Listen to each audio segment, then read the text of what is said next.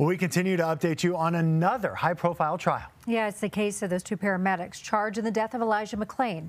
Aurora police stopped McClain in 2019. During that encounter, he was injected by paramedics with a high dose of ketamine.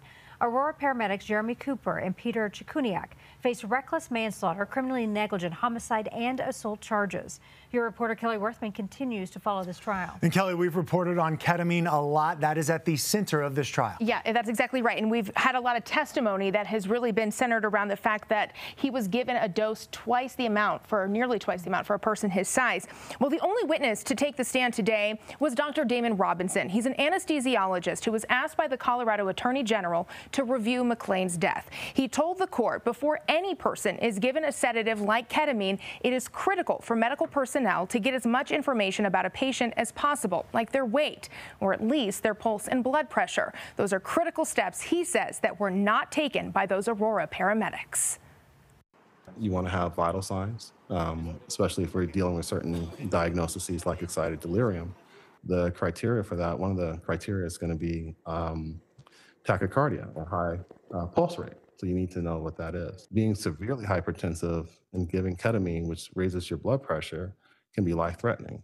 Watching this police body cam video and others and reviewing police and coroner reports regarding Elijah McClain's death helped Dr. Robinson conclude not only was there no medical reason to give the 23-year-old ketamine, paramedics didn't make sure McClain wasn't at risk of receiving this sedative.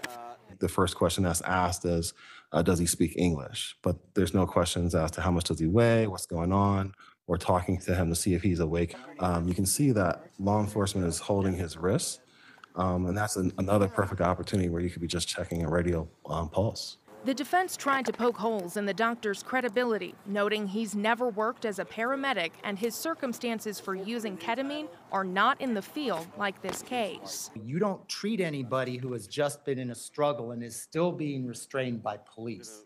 Is that true? That's true, yes. So obviously, you've never administered ketamine to somebody who's just been in a struggle and is still being restrained by police, correct? Not in the last 20 years, no.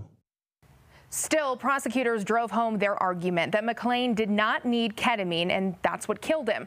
Jurors were released early today as prosecutors didn't have any more witnesses for the day, but this trial is expected to last well into the month. And of course, Karen and Michael, I'll continue to follow it for you. Yeah, we appreciate you breaking it down for us, Kelly. Thank you.